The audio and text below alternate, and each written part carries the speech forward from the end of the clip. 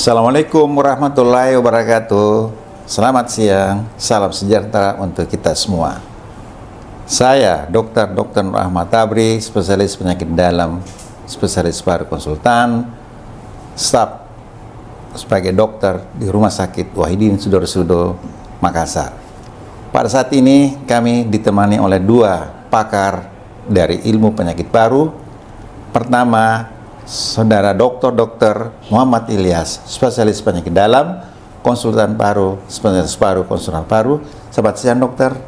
Selamat siang, dok. Dan Saudari Dr. Nurjana Liahawa, spesialis paru, konsultan. Selamat siang, dokter. Selamat siang. Mereka berdua merupakan dokter paru di Rumah Sakit Dr. Wahidin Sudarsono, sekaligus staf pengajar di Departemen Pulmonologi dan Kedokteran Respirasi Fakultas Kedokteran Universitas Hasanuddin. Dalam rangka memperingati Hari Tuberkulosis Dunia, Rumah Sakit Wahidin dalam podcast Bisa Sehat akan menjelaskan mengenai tuberkulosis dan infeksi laten tuberkulosis. Mungkin banyak di antara masyarakat umum yang belum mengetahui tentang tuberkulosis dan juga infeksi laten tuberkulosis, dan hal-hal apa saja yang perlu diketahui tentang penyakit tersebut. Maka berdasarkan tema Hari Tuberkulosis Dunia 2024 yang diusung pada tahun ini, yaitu GIAT, singkatan dari Gerakan Indonesia Akhiri Tuberkulosis.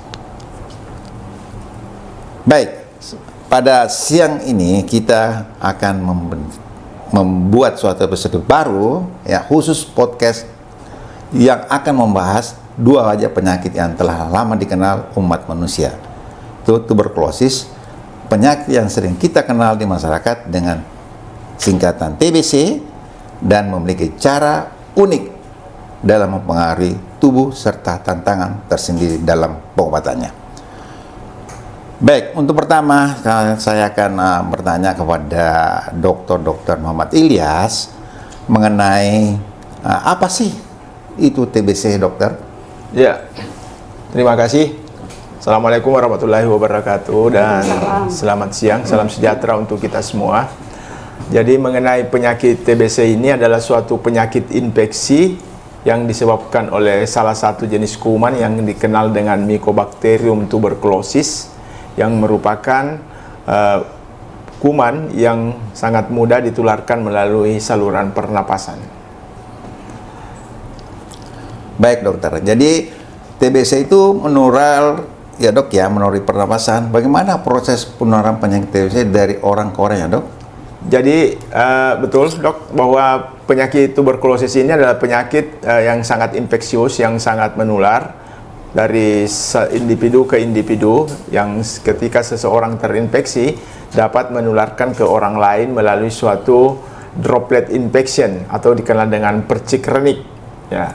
Dan siapapun berpeluang untuk tertular, terutama ketika imunitasnya menurun.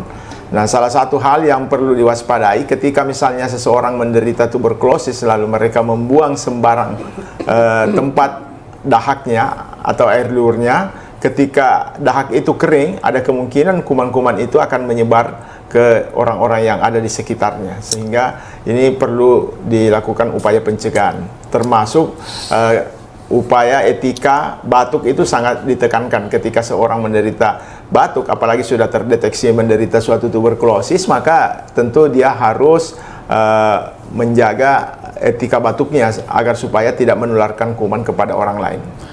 Baik, dokter, tadi dikatakan bahwa TBC itu menular secara droplet infection, berarti dia melalui udara. Kira-kira yang berisiko untuk menderita atau menularkan atau yang ditularkan oleh penyakit ini kira-kira siapa-siapa saja, dok? Ya, jadi sebenarnya semua individu itu berpeluang untuk tertular. Hanya tidak semua orang yang tertular akan mengalami infeksi. Sebagian ada yang bisa sembuh sempurna, tidak mengalami infeksi. Sebagian ada yang berkembang menjadi TB laten. Ya, mungkin nanti akan dibahas berikutnya mengenai TB laten. Nah, ketika seseorang ini mempunyai daya tahan yang menurun, maka tentu akan mudah mengalami infeksi. Termasuk misalnya orang yang menderita diabetes, atau penderita-penderita dengan imunitas yang lemah atau kondisi gizi yang buruk, itu semua termasuk kelompok-kelompok yang rentan. Bahkan termasuk lansia atau usia lanjut, itu juga merupakan suatu kelompok yang mempunyai risiko untuk tertular kuman tuberkulosis. Oke, baik dok. Tadi sudah dikatakan bahwa ada TB laten. Saya bertanya kepada Dr. Nurdiana Dihawa. Kalau TB laten, apakah itu yang dimaksud dengan TB laten? Karena sekarang banyak yang kita katakan bahwa ini tidak sakit, ini dan sebagainya. Kita harus memberikan masukan atau pengetahuan terhadap masyarakat umum. Apa yang dimaksud dengan TB laten, dok? Ya, betul dok. Jadi tadi dokternya sudah sempat menyinggung ya bahwa ketika seorang yang sakit itu akan bisa menularkan ke orang yang sehat. Nah, orang yang sehat ini tadi dokter Ilyas sudah singgung bahwa sebagian kecil sakit, yang sebagian besar ini yang kita sebut sebagai TB laten. Kita tahu istilah laten itu dulu mungkin ada istilahnya PKI, itu adalah laten di Indonesia. Jadi satu hal yang mengancam. Jadi istilahnya kalau orang kemasukan kuman hanya sedikit yang sakit karena daya tahan tubuh yang lain itu mungkin bagus. Tetapi kumannya itu sudah ada dalam tubuhnya dan siap untuk mengancam. Itu namanya kita sebut laten tuberkulosis. Jadi satu ketika saat mungkin saya misalnya sakit, ini teman saya di dekat saya ngomong terkena percik renik begitu ya, tapi tidak serta-merta teman saya ini sakit. Nah, satu ketika mungkin teman saya ini ketika tadi dokter Ilyas sudah sebut daya tahannya tubuh turun, baik itu karena penyakit atau mungkin gaya hidup. Gaya hidup bisa dok ya, misalnya merokok ya, begadang, anak-anak mungkin suka main game sampai tengah malam. Ya, jadi saat daya tahan tubuh turun, di situ bisa berkembang menjadi penyakit, dok. Nah, kelihatannya orang yang kemasukan kuman itu kelihatan sehat-sehat, ya, sehat-sehat saja, dok ya. Jadi tidak ada gejala sama sekali, tapi ada sesuatu bibit dalam dirinya yang satu saat bisa berkembang menjadi sakit.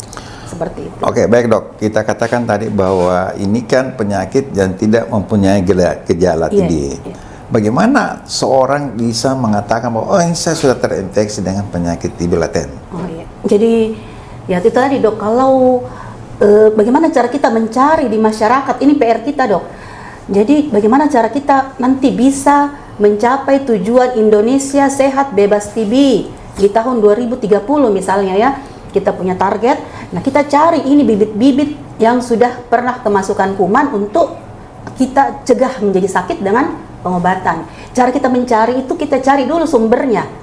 Kemudian kita mencari siapa yang sakit, kemudian di sekeliling yang sakit itu tentunya akan kita cari di mereka, karena mereka yang paling beresiko karena memang mungkin terlalu akrab ya, satu rumah, duduk sama-sama makan, apalagi kalau ada suami istri, ada anak kecil itu biasa mungkin digendong-gendong, dicium-cium ya. Jadi itu yang kita cari dulu di mereka, dok. Jadi walaupun mereka tampak, justru apabila ketika kita mencari di misalnya kontak erat, istilah kitanya dalam istilah kesehatan kita bilang kontak erat. Kita cari ya dalam satu rumah, kita cari di antara mereka kontak erat. Nah, misalnya kelihatannya sehat-sehat saja, justru itu yang kita harapkan, yang sehat yang kita akan evaluasi untuk TB latennya, dok. Oh gitu dok ya. Jadi TB laten itu ditularkan melalui orang yang sakit, dok ya. Jadi dia ada kontak satu rumah atau di tempat lain yang kira-kira ada kontak, misalkan pada tempat-tempat ibadah, tempat-tempat umum, ya gitu ya. Ya, jadi kita harus memang waspada terhadap orang-orang yang menderita TB. Baik dok, saya kembali ke dokter Ilyas. Kalau kita dapatkan tadi sudah penyakit TB, kalau kita tertular, bagaimana cara kita mengetahui bahwa kita ini sudah tertular dari infeksi TBC? Apa saja gejalanya? Kemudian kata orang pengobatan TBC itu penuh tantangannya, dok. Bagaimana sih cara pengobatan TBC dan berapa lama pengobatannya? Apa yang kita lakukan? Kemudian TBC itu kalau tidak diobati, apa kira-kira yang terjadi? Ya, makasih. Jadi sebenarnya gejala ketika seseorang itu terinfeksi tuberkulosis ada beberapa gejala. Secara umum sebenarnya kita bisa bagi, ada istilahnya gejala umum atau gejala konstitusional dan gejala respirasi. Kalau gejala umum itu ya pada umumnya seperti terkadang pasien tidak menyadari penyakit yang diderita, namun mungkin penurunan berat badan, terdapat penurunan berat badan terutama pada anak-anak misalnya, berat badannya tidak naik-naik. Kemudian yang kedua, bisa juga oleh karena terdapat infeksi, maka yang bersangkutan itu akan mengalami demam yang berkepanjangan yang barangkali tidak diketahui apa penyebab daripada demamnya. Kemudian gejala respirasi yang bisa ditemukan itu termasuk diantaranya itu batuk. Ya, pada umumnya batuk dalam waktu beberapa hari, ada yang mengatakan bahwa bisa sampai 3 minggu, ya, tidak reda dengan obat-obat batuk yang biasa. Dan juga yang lebih parah, mungkin kalau penyakitnya sudah lebih lanjut, ya dia akan batuk dan disertai dengan darah yang dikenal dengan batuk darah. Kemudian bahkan kalau misalnya kerusakan parunya itu sudah lebih berat, maka tidak menutup kemungkinan akan merasakan gejala-gejala sesak. Ya, seperti itu, dok, yang bisa ditemukan. Nah, kemudian mengenai pengobatannya, memang pengobatan TB paru ini menjadi suatu tantangan oleh karena pertama, pengobatan TB paru ini membutuhkan waktu ya setidaknya 6 bulan, dan ini sangat diharapkan kepatuhan dari pasien karena ini sangat menentukan keberhasilan daripada pengobatan. Kedua, obat-obat yang dikonsumsi juga itu lebih banyak dibanding dengan infeksi-infeksi yang lain misalnya, sehingga ini juga tentu kepatuhan dari pasien, keseriusan untuk mengkonsumsi obat-obat yang diberikan. Belum lagi dari obat-obat yang ini tidak menutup kemungkinan juga ada efek samping yang boleh jadi mengganggu kondisi pasien sehingga pasien ini tidak dapat melanjutkan pengobatannya, dan hal ini perlu diantisipasi. Yang penting kalau misalnya terdapat efek samping dari pengobatannya, ya jangan mengambil keputusan sendiri tanpa melalui konsultasi kepada dokter atau tenaga kesehatan terkait dengan bagaimana melanjutkan pengobatan yang didapat sehingga tidak menimbulkan masalah ke depannya, ya menimbulkan penyakit yang lebih berat atau mungkin penyakitnya tidak akan sembuh-sembuh. Oke, dok. Tadi dikatakan bahwa TBC itu terjadi pada paru. Apakah bisa terjadi TBC di tempat lain, dokter? Bisa. Jadi untuk infeksi tuberkulosis itu, dok, jadi bisa infeksi TB paru karena memang pintu masuknya itu melalui saluran pernapasan, tetapi boleh jadi kuman itu tidak berdomisili di parunya, tetapi dia menyebar melalui kelenjar getah bening dan atau aliran limpe atau melalui darah, sehingga kuman tuberkulosis ini bisa menginfeksi berbagai macam organ. Hampir seluruh organ dalam tubuh itu bisa terinfeksi TB. Misalnya TBC tulang, TBC kelenjar, bahkan TBC pada saluran genital dan lain sebagainya. Semua organ itu berpotensi untuk mengalami tuberkulosis yang semuanya itu kita kenal dengan TBC ekstra paru. Oke, dok. Jadi memang kalau kita dengar dari narasumber kita tadi bahwa memang TBC ini banyak hal-hal yang harus diperhatikan. Salah satunya itu bagaimana ruang lingkup mereka, di mana dia tinggal, kemudian bagaimana ekonominya, kemudian lingkungannya. Oke, dok. Saya kembali ke dokter Nurjana. Seringkali ya, selain ada gejala, tidak ada gejala tadi, pemeriksaan kesehatan apa saja yang perlu kita lakukan untuk memastikan seorang ini menderita TB laten? TB laten, ya. Menarik pertanyaan, dok. Jadi kalau orang tidak ada gejala, apa yang mesti diperiksakan supaya kita tahu bahwa saya ini pernah kemasukan kuman dan berpotensi satu saat menjadi sakit atau tidak. Nah, jadi memang tugasnya nanti kita ini tantangan adalah untuk mau mengajak orang yang kontak erat ini untuk memeriksakan diri. Yang diperiksa itu nanti satu, tentunya kita pastikan karena dia ada kontak, kita pastikan dulu kontak eratnya ini tidak sakit. Jadi kita singkirkan dulu TBC-nya. Jadi kita tanya-tanya tentunya apakah ada gejala. Ya, kalau memang tidak ada gejala sama sekali seperti yang tadi Dokter Ilyas sebutkan, nah kita lanjut, misalnya kita melakukan tes tuberkulin tes atau tes mantu. Jadi tes tuberkulin bisa kita lakukan setelah kita singkirkan bahwa betul-betul kontak erat ini tidak ada gejala. Yang selain itu kita bisa periksakan juga foto ronsen. Kita pastikan foto ronsen toraksnya itu, foto ronsen dadanya itu bersih, tidak ada istilahnya bercak-bercak atau putih-putih di lapangan kedua parunya. Jadi mungkin sederhana, dok, seperti itu. Kita bisa tuberkulin tes dan kita foto ronsen. Oke, terima kasih, dok. Jadi memang dari TB laten ini tidak ada gejala ya, dok ya. Kemudian dapat dilihat dari gambaran foto apa dia normal atau tidak. Kalau kita misalkan dapatkan di masyarakat, kan masyarakat itu kalau kita diagnosis TB-Leteng, apakah dia perlu pengobatan atau tidak? Karena kan dia tidak sakit, Tidak Dok. sakit. Sehingga kita obati apa tidak? Gimana menurut dokter? Gimana, Dok? Jadi karena tadi yang kita sebutkan, sebenarnya pasien ini bukan pasien ya, karena dia tidak sakit. Orang ini atau kontak erat ini tidak sakit. Nah, itu yang kita memang perlu cari di masyarakat, dan itu tadi salah satu tantangannya, Dok. Orang sehat kok harus diobati? Ya, memang jawabannya untuk TB-Leteng ini ada obatnya, Dok. Obatnya namanya pencegahan, supaya pasiennya, atau bukan pasien ya, saya selalu salah ngomong sebut pasien ya. Jadi orang yang sehat ini, orang yang terinfeksi ini, yang tidak sakit ini, ada namanya obat pencegahan. Jadi obat pencegahannya itu tersedia dan gratis juga di puskesmas. Ya, baik, Dok. Jadi pengobatan ini ada di puskesmas ya, Dok ya. Jadi para pendengar kalian bahwa memang TB-Leteng ini sudah mengeluarkan program pemerintah ya, jadi untuk menurunkan angka kesakitannya, Dok ya. Baik, Dok. Kita kembali ke Dokter Ilyas. Kalau penyakit TBC ini, kan kita lihat orang-orang yang datang ke tempat umum, bagaimana cara kita untuk mencegah untuk terjadinya penularan? Apakah semua orang satu rumah itu melakukan imunisasi atau bagaimana? Menurut pandangan dokter gimana?